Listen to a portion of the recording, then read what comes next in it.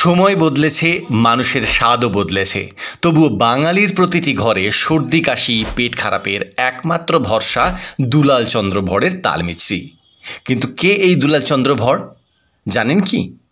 আসুন আজ জেনে নিই তার সম্পর্কে।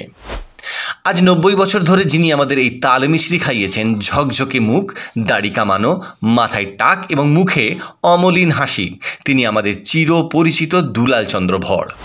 আর সেই মুখচ্ছবির নিচেই তার সই করা কাঁচের বোতলে জনপ্রিয়তা পেয়েছিল দুলালের তালমিছরি। সময়টা ছিল দ্বিতীয় বিশ্বযুদ্ধ। হাওড়ার হাটে ভড় পরিবারের ছিল একচেটিয়া কাপড়ের ব্যবসা, বেশ কয়েকটি দোকানও ছিল তাদের।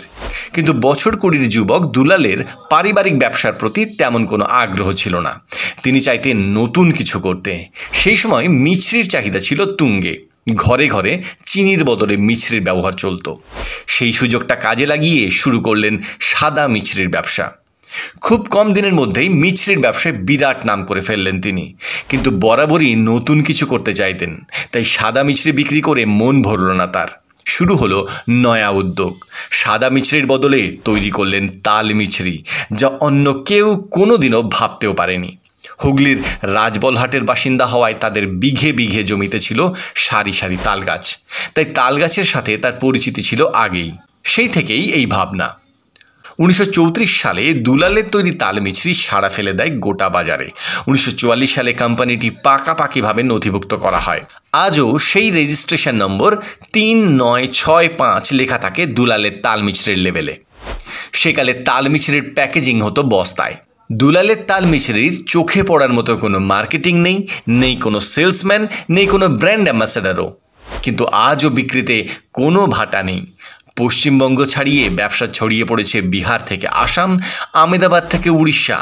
বাংলাদেশেও এর ব্যাপক চাহিদা। অনেকে বড় বাজারে ভড়দের সিটি অফিসে এসেও অর্ডার দেন। কিন্তু এই চাহিদার কারণ কি? আনন্দবাজার পত্রিকায় এক সাক্ষাৎকারে দেওয়া তার ছেলে ধনঞ্জয় ভড় জানান, কারণটা হলো আমাদের দ্রব্যগুণ। তমলুকের খাঁটি তাল ও গুড় ছাড়া তৈরি হয় না দুলালের তালমিছরি। ব্যবহার করা হয় না সস্তার কোনো মাল। কৈখালিতে আছে তাদের কারখানা। দুলাল চন্দ্রের জীবদ্দশায় কৈখালি থেকে প্রতিদিন 3 লরি ভর্তি তালমিছরি পাঠানো হতো ক্রেতাদের কাছে।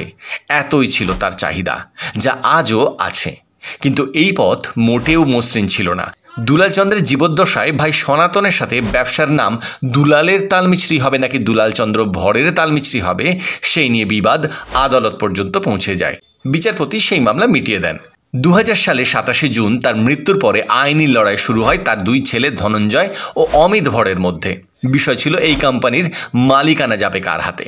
এই সমস্ত বিবাদের জেরে এই তালমিছরির যোগান বন্ধ ছিল প্রায় 2 বছর। কিন্তু বর্তমানে এর চাহিদা ঊর্ধ্বগামী। বাঙালি ব্যবসা জানে না, এই কথাটা ভুল প্রমাণ করেন তিনি।